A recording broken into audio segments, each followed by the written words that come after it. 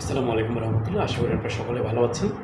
আজকে একটা গুরুত্বপূর্ণ বিষয় আসলে এই ভিডিওটা, যারা পবিত্র হজ এবং ওমরাতে যাওয়ার জন্য ফিঙ্গারপ্রিন্ট করতে চাচ্ছেন, অনেকেই বিভিন্ন রকম অভিযোগ করছেন যে তাদের ফিঙ্গারপ্রিন্ট হচ্ছে না। তো এই ফিঙ্গারপ্রিন্ট না হওয়ার পিছনে আসলে একটা কারণ রয়েছে, সেটা হচ্ছে বর্তমানে সৌদি সরকার সৌদি ভিসা বায়ো যে অ্যাপটা আছে সেই অ্যাপটা আপডেট করেছে। আর এই অ্যাপটা আপডেট করার কারণে যে সকল মোবাইলে এনএফসি নামক যে ফিচারটা রয়েছে, শুধুমাত্র সে সকল মোবাইল দিয়েই আপনারা ফিঙ্গারপ্রিন্ট কমপ্লিট করতে পারবেন। যে সকল মোবাইলে এনএফসি নামক ফিচারটা নাই এই সেটিংসের মধ্যে, তারা কিন্তু তাদের মোবাইল দিয়ে ভিসা বায়ো থেকে এই ফিঙ্গারটা করতে পারবেন না আপনারা। সুতরাং আপনারা আপনাদের মোবাইলের সেটিংসে যান, সেটিংসে গিয়ে দেখেন যে আপনাদের মোবাইলে এনএফসি নামক এই ফিচারটা আছে কিনা। যদি এটা থাকে তাহলে এটা অন করে নিন। অন করলে ইনশাল্লাহ আপনাদের মোবাইল দিয়ে যেই ফিঙ্গারপ্রিন্টের সমস্যা রয়েছে সে ফিঙ্গার হবে, কোনো অসুবিধা নেই।